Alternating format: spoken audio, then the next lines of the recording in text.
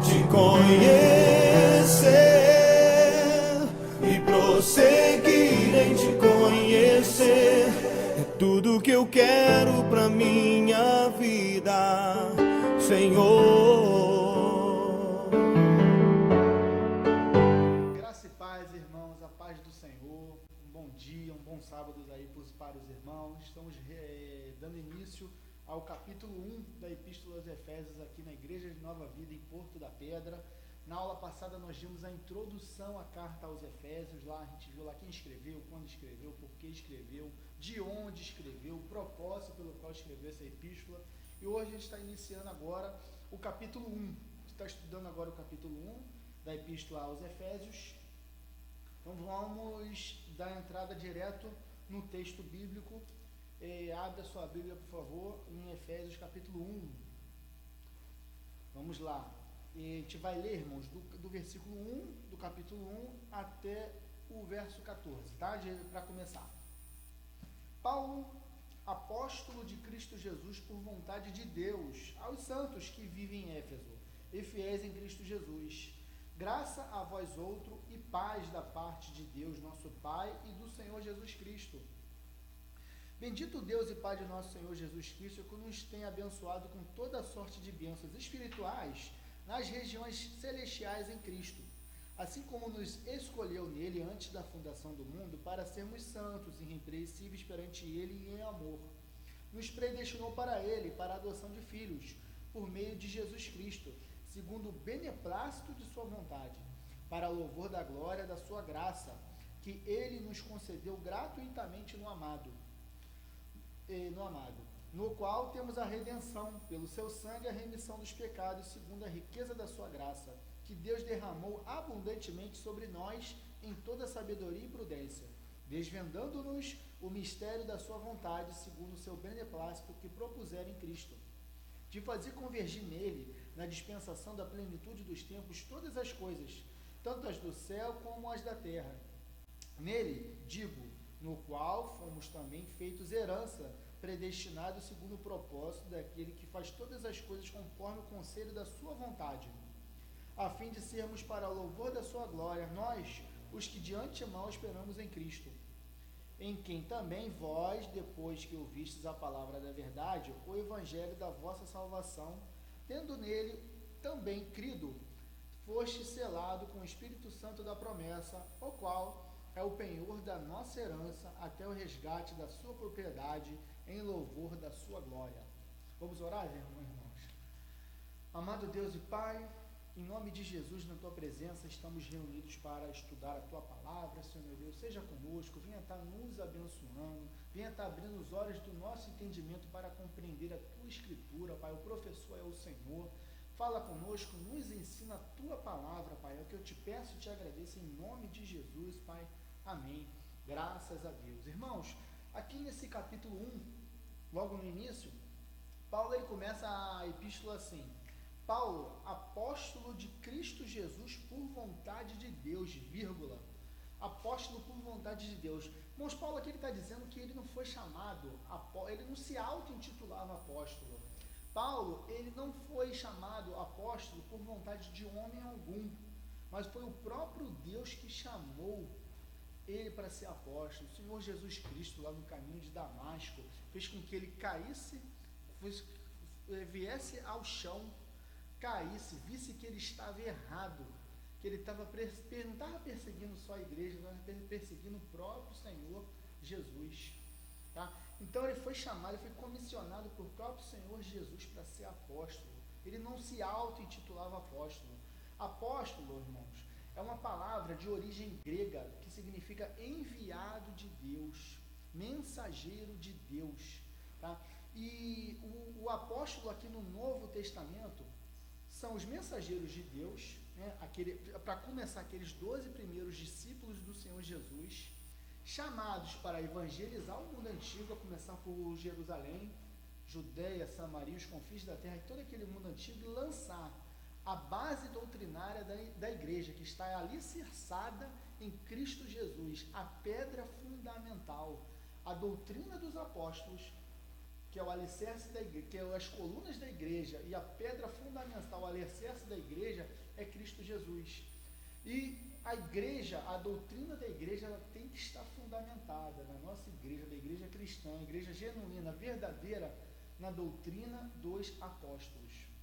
É nessa doutrina, a igreja que sai da doutrina dos apóstolos, ela está se desviando dos caminhos do Senhor. É nessa doutrina, ensinada no Evangelho, tá? Ensinado pelos apóstolos Paulo, pelos discípulos de Jesus, a começar pelos 12. Depois Judas traiu o Senhor Jesus, como os irmãos sabem, e Matias entrou no lugar de Judas, porque Matias, assim como os outros discípulos, ele acompanhou o Senhor Jesus durante todo o seu ministério, aprendendo com o próprio Senhor Jesus, aprendendo com Deus, aprendendo diretamente de Deus, durante os 3 anos e meio do ministério do Senhor Jesus. No começo ele não fazia parte dos 12, ele fazia parte dos 70. Tá? E depois que Judas saiu, Matias foi sorteado, e como ele aprendeu também com o próprio Senhor Jesus, ele passou a fazer parte ali dos 12. Depois sendo acrescentado o apóstolo Paulo, chamado pelo próprio Senhor Jesus, e Barnabé. Barnabé também está lá em Atos 14, verso 14, também sendo reconhecido pela igreja cristã primitiva como um dos apóstolos. Barnabé foi tão importante, irmãos, que Barnabé, ele deu apoio, ele fortaleceu o ministério do apóstolo Paulo. Tá? Ele deu apoio porque Paulo, assim que ele se converteu e começou a fazer a obra do Senhor, ele, entre os irmãos, ele não tinha boa reputação. Tá? Ele estava lá entre aqueles homens lá que assassinaram o diácono Estevão, e Paulo, ele não tinha boa reputação. Mas Barnabé, ele deu bom testemunho de Paulo. Barnabé tinha um bom testemunho e deu bom testemunho de Paulo, fortalecendo e apoiando o ministério do apóstolo Paulo. No começo, Paulo, ele até acompanhava Barnabé. Depois você lendo lá em Atos dos Apóstolos, você vai ver que com o tempo, Barnabé que passou a acompanhar Paulo. Tá? Então, isso foi fortalecendo o ministério do apóstolo Paulo. E com isso, Barnabé também foi reconhecido pelos cristãos, da igreja cristã primitiva, a igreja apostólica, como apóstolo de Jesus Cristo também. Tá? Então, irmãos, no Novo Testamento, apóstolos são esses. Tá? Na nossa, é polêmico você o termo, usar o título apóstolo nos dias de hoje. É polêmico, tem igreja que utiliza. A nossa denominação não utiliza o termo apóstolo. Tá? Apóstolo significa mensageiro enviado do Senhor. Como significado, todo cristão é um apóstolo, é um enviado do Senhor para as boas obras, para pregar o Evangelho. Mas como título, no Novo Testamento, na Bíblia Sagrada, apenas aqueles primeiros cristãos ali que aprenderam diretamente com o Senhor Jesus, incluindo também Barnabé, que eram chamados de apóstolos. Tá bom, irmãos? Paulo, apóstolo de Jesus Cristo, por vontade de Deus, aos santos que vivem em Éfeso. Santos que vivem em Éfeso, fiéis em Cristo Jesus. Que termo é esse santos? Por que Paulo está se referindo àqueles cristãos lá da igreja de Éfeso como santos? Eu vim de outra religião, eu vim da religião romana, né, me converti, graças a Deus, me converti a Jesus Cristo, saí da religiosidade e vim para Jesus Cristo. E lá eu aprendi, fui ensinado lá que santos são as pessoas da Bíblia, ou os cristãos antigos da época dos primeiros séculos, tá? E pessoas de alto grau de importância dentro da igreja romana, em que segundo aquele ensinamento, eles não tinham pecado, eles já haviam morrido, não tinham pecado, e a gente podia fazer oração a eles, a Deus através dele como mediação, que eles faziam milagres.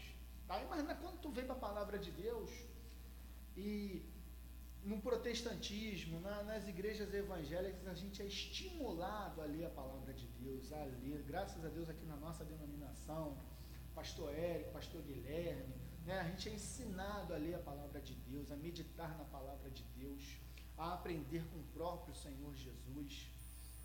A gente aprendeu, irmão, que santo, a gente aprende que o único santo neste sentido é Jesus Cristo. É o único sem pecado, é Jesus Cristo. É o único que faz mediador entre Deus, que faz mediação entre Deus e os homens, é Jesus Cristo. Tá? Neste sentido, mas no sentido da palavra de Deus, no sentido correto, santo é todos aqueles que se converteram ao Senhor Jesus e foram separados. A palavra santo significa separado para as boas obras, separado para viver em santidade, separado para viver em obediência a Deus. Esse é o real significado da palavra santo.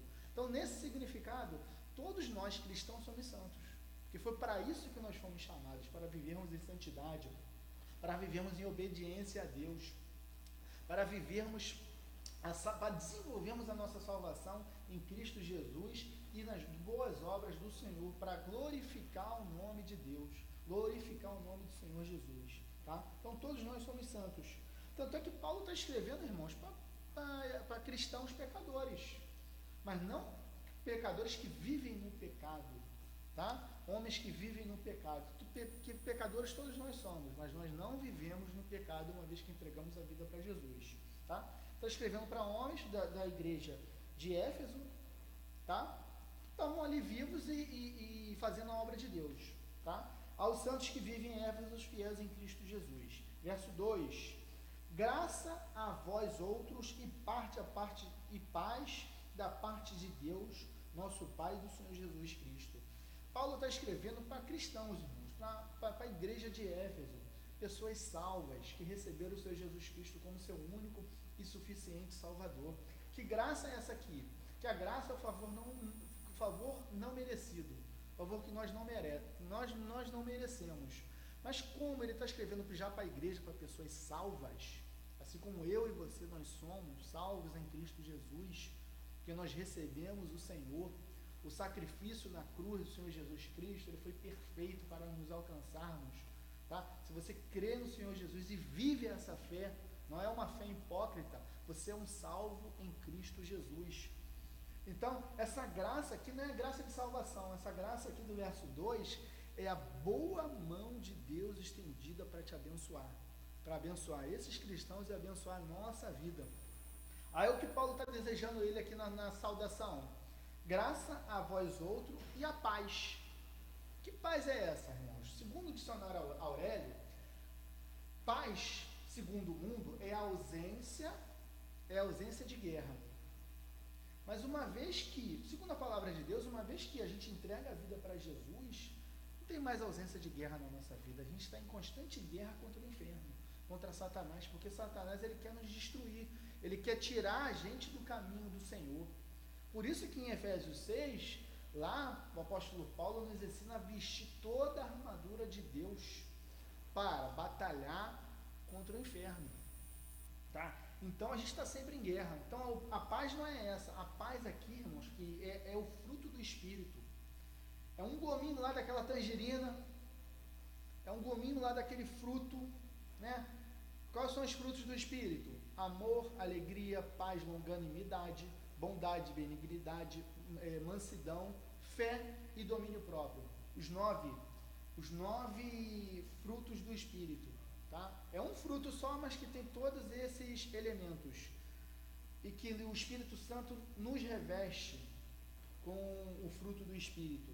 Essa paz aqui, irmãos, é que independente da circunstância que nós estamos vivendo, das aflições que nós estamos vivendo, do ataque do inimigo, você está em paz com Deus. Nada te tira da presença de Deus. É essa paz que Paulo está profetizando, que Paulo está desejando para toda a igreja, em especial aqui para os cristãos de Éfeso, da cidade de Éfeso. Então, paz é o fruto do Espírito e que nada te tire da presença de Deus, independente da circunstância que você está vivendo. Você prevaleça em Deus, persevere em Deus, porque enquanto você perseverar em Deus, você vai vencer, independente da circunstância que se levantar, tá? A pessoa só é derrotada, ela só é vencida quando ela sai da presença de Deus, tá? Então, verso 2, verso 3. Então, a gente acabou a parte da saudação, que é o verso 1 e 2. Do 3 ao verso 14, irmãos, aqui dessa epístola, vai falar das bênçãos espirituais nos lugares celestiais e do plano de Deus para a salvação. Plano de Deus para a salvação e as bênçãos espirituais nas regiões celestiais para o crente. Do verso 15 ao verso 23, ele termina com a oração para Deus desenvolver a fé, abençoar espiritualmente os cristãos, tá? Então, verso 3 ao verso 14, vamos lá. Verso 3: Bendito o Deus e Pai de nosso Senhor Jesus Cristo, que nos tem abençoado com toda sorte de bênçãos espirituais nas regiões celestiais em Cristo. Que toda sorte de bênçãos espirituais nas regiões celestiais em Cristo. Não existe bênçãos espirituais nas regiões celestiais fora de Cristo. Toda bênção que vem de Deus, ela passa por Jesus Cristo, ela vem de Cristo. É de Cristo para te abençoar. E que bênçãos é essa? Nos versículos seguintes, ele vai estar falando, né? Eleição, predestinação, tudo em Cristo Jesus. Adoção de filhos, perdão de pecados, tudo em Cristo, irmão. Tudo isso passa por Cristo. Quando você recebe Jesus Cristo como o seu Senhor e seu Salvador, você passa a ser um eleito no Senhor para a salvação. Você passa a ser adotado como filho de Deus. Você tem a redenção, que é a libertação. Cristo te liberta. É até o tema das quartas-feiras deste mês de novembro. Foi para a liberdade que Cristo vos chamou. Da libertação, né, da escravidão, do jugo do pecado. Tá? A remissão, que é o perdão dos pecados. Tá? Então, todas essas bênçãos, ele vai ser descrito aqui nos versículos do 4 ao 14, essas bênçãos. E toda essa bênção, irmãos, começa em Cristo Jesus. Começa com a nossa salvação. Sem a salvação é a base de todas as bênçãos espirituais nos lugares celestiais. Depois da nossa salvação em Cristo Jesus, irmãos, vem o Espírito Santo fazer morada em você. Quando o Espírito Santo, você ouve a palavra da verdade, você ouve o Evangelho, com o Espírito Santo ele te convence do pecado, da justiça e do juízo. Basta, depois que ele te convence, você agora se converter.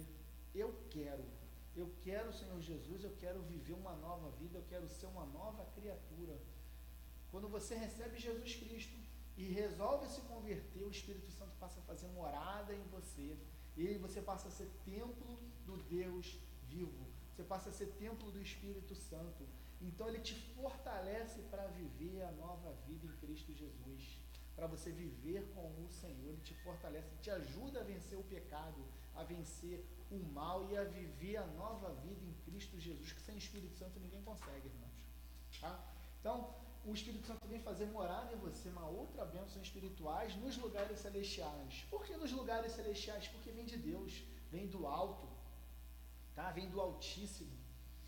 O Espírito Santo vem fazer morada em você, depois vem o fruto do Espírito, lá de Gálatas 5:22, o fruto do Espírito na sua vida: amor, alegria, paz, longanimidade, bondade, benignidade, mansidão, fé e domínio próprio. Em outras versões, temperança, tá? Fruto do Espírito. Depois vem os dons espirituais. Você é batizado com o Espírito Santo. Aí vem os dons espirituais, como por exemplo o dom de ensinar, o dom de cura, de profecia, de fé. A fé também é um dom, uma fé sobrenatural para Deus fazer maravilhas através de você, tá? Tem os dons ministeriais, ensino, pastores, profetas, evangelistas, são dons ministeriais. Aí depois tem as operações, diversidade de operações, como assim, de acordo com a multiforme graça de Deus. Por exemplo, eu tenho um dom do ensino, mas eu gosto de ensinar para adultos, eu tenho um dom para ensinar mais para os adultos. Mas as irmãs da geração vida, elas têm um dom que Deus deu a ela, mesmo dom que eu tenho, mas só que para ensinar as crianças. Tem irmãos que eles têm o dom, Deus deu um dom a eles para ensinar pessoas com necessidades especiais. Olha que maravilha, como Deus alcança.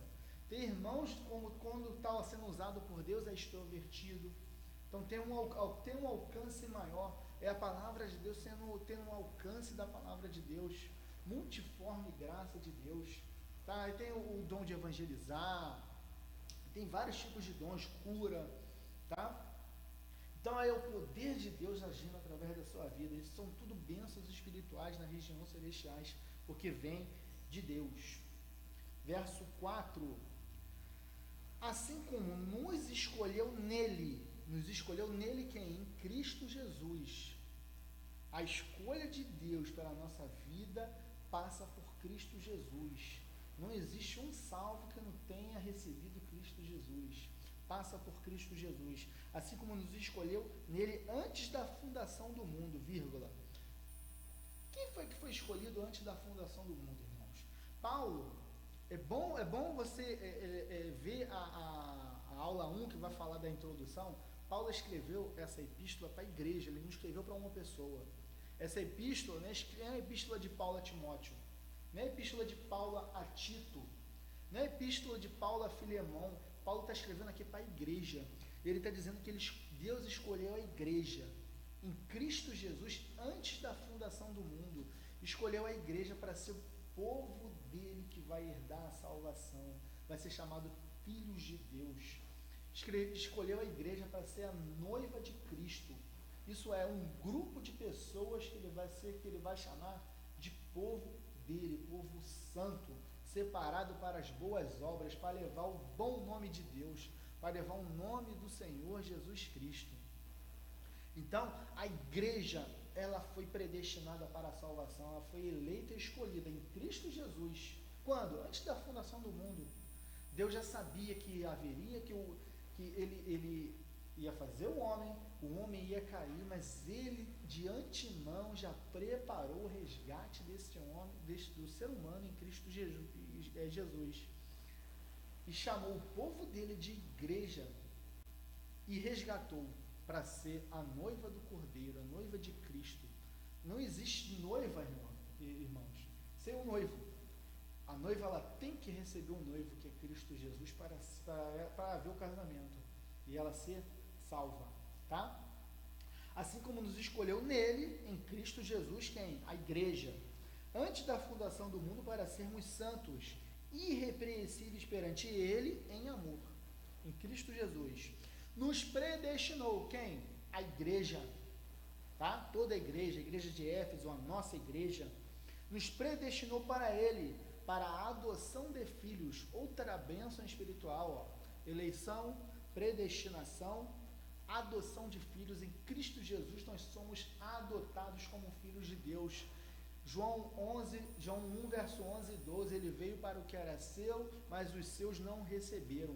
Mas a todos quanto receberam, deu-lhes o poder de serem feitos filhos de Deus. Nós somos filhos de Deus em Cristo Jesus, adotados pelo Altíssimo em Cristo Jesus. Nos predestinou para ele, para a adoção de filhos, por meio de Jesus Cristo, segundo o beneplácito da sua vontade, o bom prazer da sua vontade, da vontade de Deus. Versos 6 e 12, olha só, o 6 e o 12. Para louvor da glória da sua graça, para que ele nos concedeu gratuitamente no amado. Pula para o 12, olha o que diz. A fim de sermos para louvor da sua glória, nós os que de antemão esperamos em Cristo. Quando nos perguntam, irmãos, para que eu nasci? Para que eu sou vivo? Para que Deus me formou? Por que Deus me chamou? A resposta está aqui, no verso 6 e no verso 12. Para que eu existo? Eu existo para louvor da glória de Deus. Nós existimos para dar glórias a Deus. Não é para ficar gritando glória a Deus, não, irmãos. A nossa vida glorificar o Senhor. Bem dizer o nome santo do Senhor nos nossos pensamentos, palavras, atitudes, nosso comportamento, em tudo na nossa vida, ser para a honra e glória do Senhor. Verso 6 e 12. Tá? Para louvor da glória da sua graça, que ele nos concedeu gratuitamente no amado. Verso 7. No qual temos a redenção. Isso é, nós temos a libertação em Cristo Jesus, nós somos livres. Tema desse mês de novembro, nas quartas-feiras, no qual nós temos a redenção, a libertação em Cristo Jesus, pelo seu sangue. O sangue de Cristo, lavrado na cruz do Calvário, usado para nos libertar. Com ele, o inferno não tem mais poder para te aprisionar. Nada mais pode te aprisionar. Nem as cadeias aqui onde Paulo estava preso podia aprisioná-lo. Paulo era livre. Paulo era mais livre do que os guardas que o prendiam, porque ele tinha liberdade para obedecer a Deus. E aqueles que estão lá no mundo, irmãos, não têm essa liberdade. Imagina o alcoólatra, ele não tem a liberdade para não consumir essa droga. O viciado em drogas, em pornografia, em mentir também é vício, tá? Eles não têm liberdade para escolher o melhor. A palavra de Deus diz que aquele que comete pecado é escravo do pecado, e nós em Cristo Jesus, nós somos livres, irmão. Nós somos livres para não pecar, escolher o melhor, escolher a vida em Cristo Jesus. Então, no qual nós temos a redenção pelo seu sangue, a remissão dos pecados, o perdão dos pecados em Cristo Jesus, os nossos pecados são perdoados, segundo a riqueza da sua graça. Verso 8, que Deus derramou abundantemente, a graça dele derramada sobre a nossa vida de forma abundante, irmãos. Não é só numa medida certa não, o qual enche o copo não, mas é transbordante, transborda, não só para essa vida, mas para a eternidade, para a vida eterna em Cristo Jesus, abundantemente sobre nós, em toda a sabedoria e prudência, não só no limite, é acima, transbordante para a minha e para a sua vida, irmão, toda a sua igreja. Verso 9, desvendando-nos o mistério da sua vontade, segundo o seu bom prazer, segundo o seu beneplácito que propusera em Cristo, desvendando-nos o mistério da sua vontade. Por quê? Depois que a gente entrega a nossa vida para Jesus, irmãos, para onde que nós vamos? A gente precisa aprender. O que antes eu não buscava, não tinha consciência de buscar, não tinha o alimento, não tinha inspiração para buscar. Depois que eu me converti em Cristo Jesus, a gente passa a sentir sede de aprender as coisas de Deus, aquela curiosidade gostosa de aprender da palavra de Deus, conhecer o Senhor e viver essa vida em Cristo Jesus. Para o quê? Para ser desvendado o mistério da sua vontade para a nossa vida. Viver de acordo com a vontade de Deus, segundo o bom prazer que propuser em Cristo. Tudo em Cristo Jesus, irmãos. De fazer convergir nele, na dispensação da plenitude dos tempos, todas as coisas, tanto no céu quanto na terra, convergir em Cristo Jesus. O que é na dispensação da plenitude dos tempos, irmãos? Estamos hoje na dispensação da plenitude dos tempos. Essa dispensação da plenitude dos tempos começou, irmão, quando Cristo veio a este mundo. Quando Cristo veio a este mundo, começou a dispensação da plenitude dos tempos. E essa dispensação que é chamada também na teologia, dispensação da graça, ela termina quando Cristo voltar, ao qual vai se completar a obra dele que ele fez na cruz, de convergir nele todas as coisas. O que vai acontecer? Até a natureza ela vai ser resgatada, essa natureza caída. Hoje, irmãos, a gente vê aí que existe erupção vulcânica, terremoto, maremoto, as rosas, né, as plantas produzem cravos, espinhos. Quando Cristo voltar, a natureza vai ser resgatada, vai ser regenerada, irmãos. O nosso corpo natural ele vai se transformar num corpo glorioso, glorificado. O cristão, aquele que recebeu Jesus, tá? Então vai convergir nele todas as coisas, tanto as que estão no céu quanto na terra. Tá? E essa é a dispensação da plenitude dos tempos, que vai se completar quando Cristo voltar. No momento a gente recebeu a redenção, a adoção de filhos, tá? O perdão dos pecados. Tá? Verso 11, nele digo, no qual fomos também feitos herança. Nós somos também herança do Senhor Jesus, herança de Deus, predestinado segundo o propósito daquele que faz todas as coisas conforme o conselho da sua vontade, tudo feito por Cristo Jesus. Verso 12 eu já falei, né? Para que nós existimos? Por que eu fui criado? Para que eu vou receber o Senhor Jesus, né? Não só para minha salvação, mas para glorificar a Deus. Verso 12 você lê junto com o verso 6, verso 6 junto com o verso 12, verso 13. Verso 13. Em quem? Em Cristo Jesus, em quem também vós, depois que ouvistes a palavra da verdade, o evangelho, a pregação, né? o Novo Testamento, a Bíblia Sagrada, a Palavra da Verdade, o Evangelho da vossa salvação, o Evangelho é o poder de Deus para a salvação, tendo nele crido, crido em Cristo, no Evangelho. Olha o que aconteceu para aquele que crê, para mim e para você. Olha o que acontece, vírgula, foste selado com o Espírito Santo da promessa. Nós fomos selados, nós recebemos um selo. O Espírito Santo, irmãos, é um símbolo do Espírito Santo, selo, ao qual nós fomos selados com o Espírito Santo. Para quê? Para receber as bênçãos espirituais nas regiões celestiais. É o Espírito Santo que nos dá, começa fazendo morada em nós.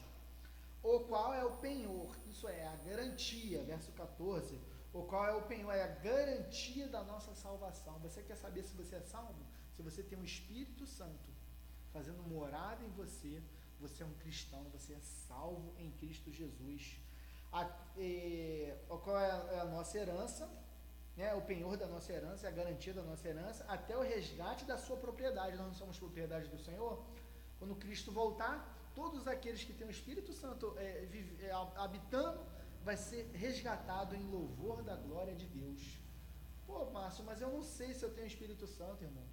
Irmão, quando você foi convencido de que Jesus Cristo, ele morreu por você e ele ressuscitou, você foi convencido, você decidiu se converter. Quando você faz algo errado, quando você peca, quando você faz algo que você sabe que é errado, você sente no seu coração um arrependimento, o Espírito Santo está morando em você, ele está te ensinando. Deus revela a você na sua palavra, tá? Que você é filho de Deus. Todos nós erramos, irmãos, todos nós erramos. A diferença de você, de eu e você, para aqueles que estão lá no mundo, é que nós não vivemos no pecado. Nós somos falhos, nós erramos, mas nós nos arrependemos, nós pedimos perdão, nós temos um Espírito Santo para denunciar na nossa mente aquilo que nós fizemos errado e nós retrocedermos para pedirmos perdão àquele que a gente ofendeu, de perdão a Deus e continuar no caminho do Senhor, um caminho estreito, mas que nos leva à salvação, e esse caminho chama-se Jesus Cristo. Então, agora do verso 15 ao verso 23, é uma outra parte aqui dessa carta, do capítulo 1, em que Paulo ele vai estar orando pelos cristãos de Éfeso, orando por toda a cristandade, para que Deus os abençoe, fortaleça-os espiritualmente, tá? Para eles desenvolverem a sua salvação. Lembrando aqui que Paulo está preso, irmãos. Paulo está preso e ele está orando pelos cristãos de Éfeso, para Deus os abençoar.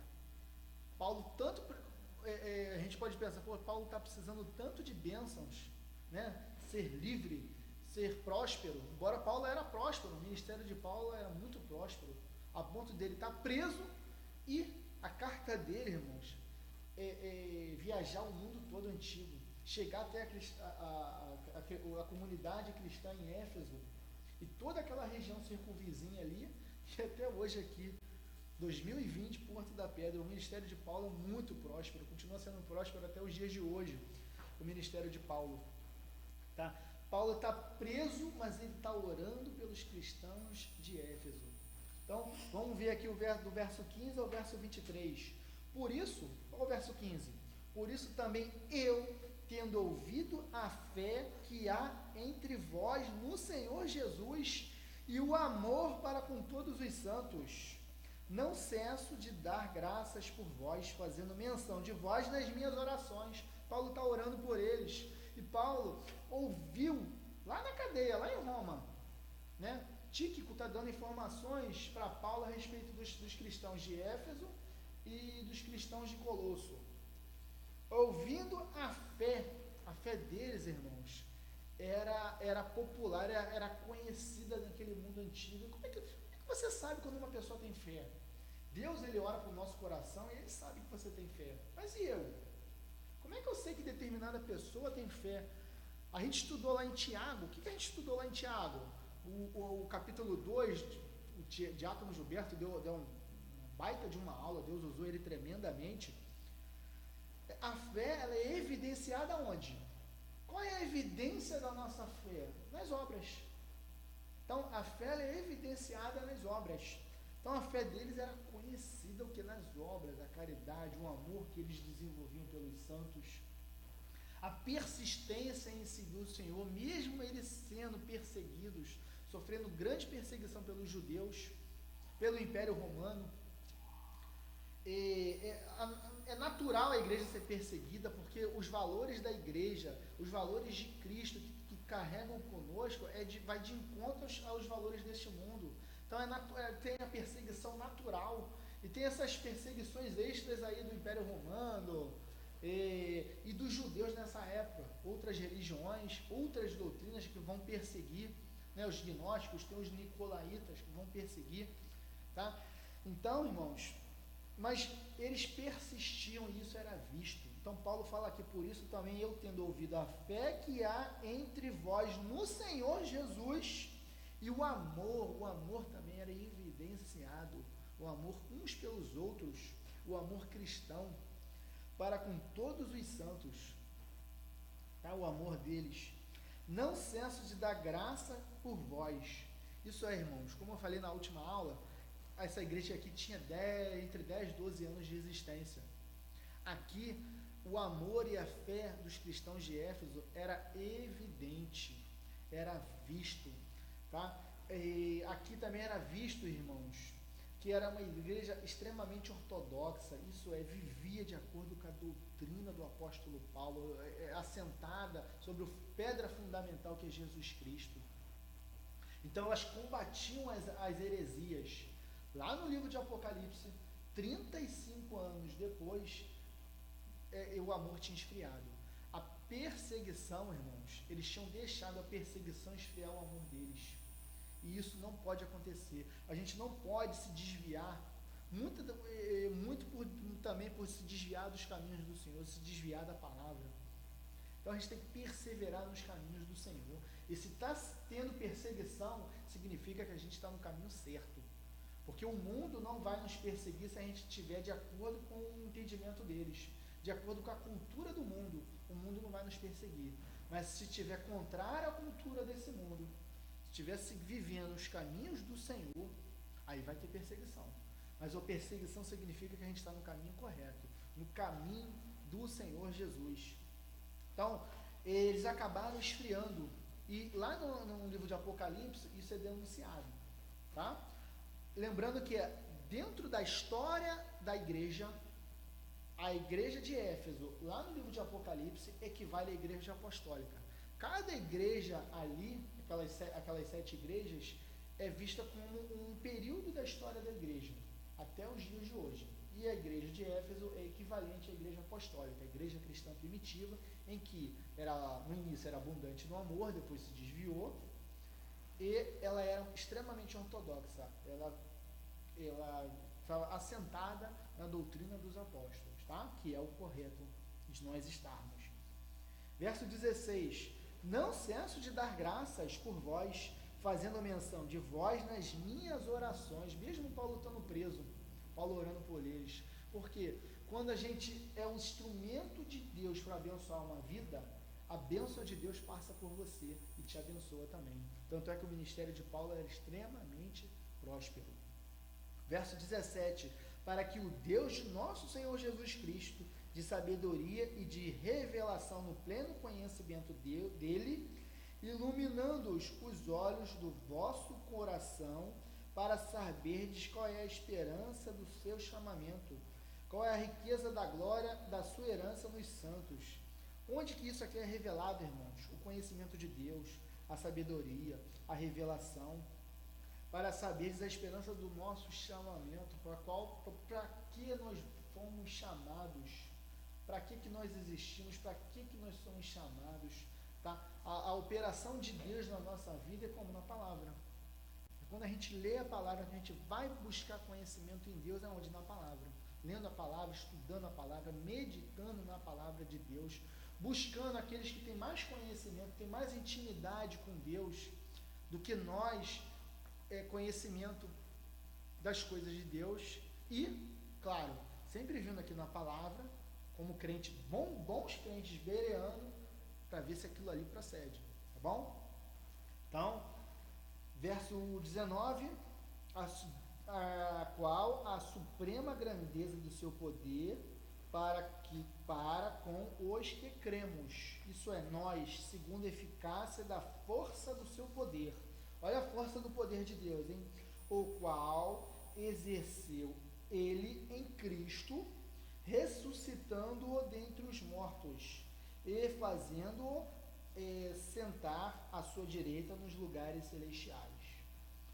Olha a suprema grandeza do poder de Deus, né? Nós olhamos, fazendo ressuscitar dentre os mortos, ele está falando da obra expiatória, né? Porque se ele está ressuscitando é porque ele morreu na cruz, ele está ressuscitando. Suprema grandeza do poder de Deus.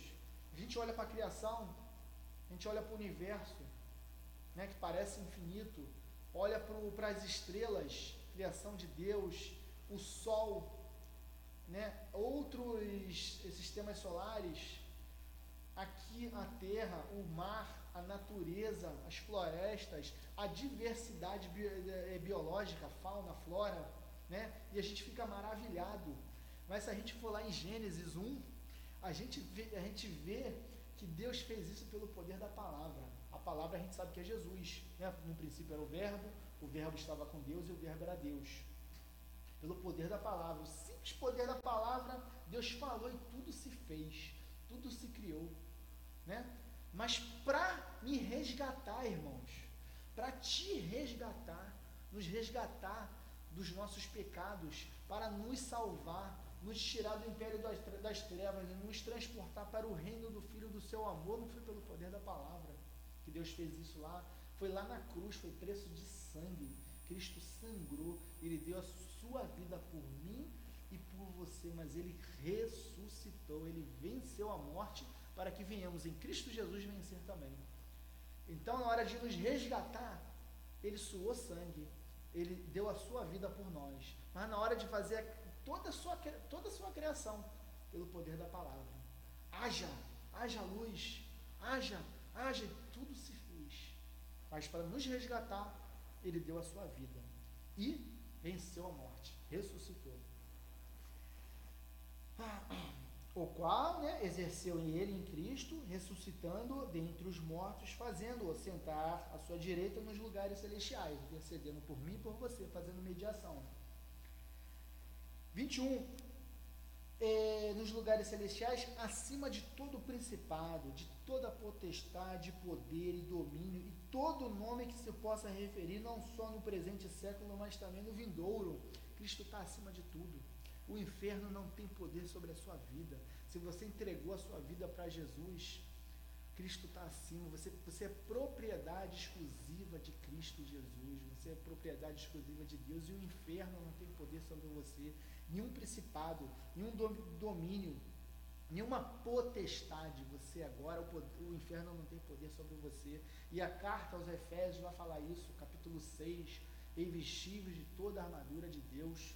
A gente vai ver lá no capítulo 6, que você é um vencedor. As portas do inferno não prevalecerão contra a igreja do Senhor Jesus. Você é um vencedor, você é mais que vencedor. Verso 22, estamos encerrando. E pôs todas as coisas debaixo dos pés, e para ser o cabeça sobre todas as coisas, o deu à igreja. Então, ele é o cabeça da igreja. Essa carta ela vai tratar da doutrina da igreja, tá? Vai falar do corpo de Cristo, a eclesiologia. E o verso 23, a qual é o seu corpo. O que é o seu corpo? A igreja. O qual é o seu corpo? A plenitude daquele que a tudo enche em todas as coisas. Qual é o seu corpo? A plenitude daquele que tudo enche todas as coisas. Então, Cristo Jesus habita no meio de nós, tá? É através do Espírito Santo, plenitude de Deus, tá? Abençoando a sua igreja, a sua noiva. Por que ela é noiva? Porque ela recebeu um noivo, que é Cristo Jesus, habitando no meio de nós, tá? E ele é o cabeça. É ele, através da sua palavra, irmãos, da sua vontade, que é boa, perfeita e agradável, comandando a igreja, tá? Então vamos orar Na próxima aula, capítulo 2, tá? Do pecado para a salvação pela graça. A gente vai estudar lá no próximo sábado, irmãos, vamos estar orando. Senhor nosso Deus e nosso Pai, muito obrigado pela explanação, Pai, da Tua palavra, Senhor meu Deus. Continua sendo conosco, Pai, continua falando conosco a Tua palavra, Pai, que a Tua palavra dê muito fruto para o Teu reino. Abençoe a minha vida e a vida dos meus irmãos que estão em casa. Muito obrigado, Senhor Jesus. Um bom sábado, meu irmão. Fica com Deus.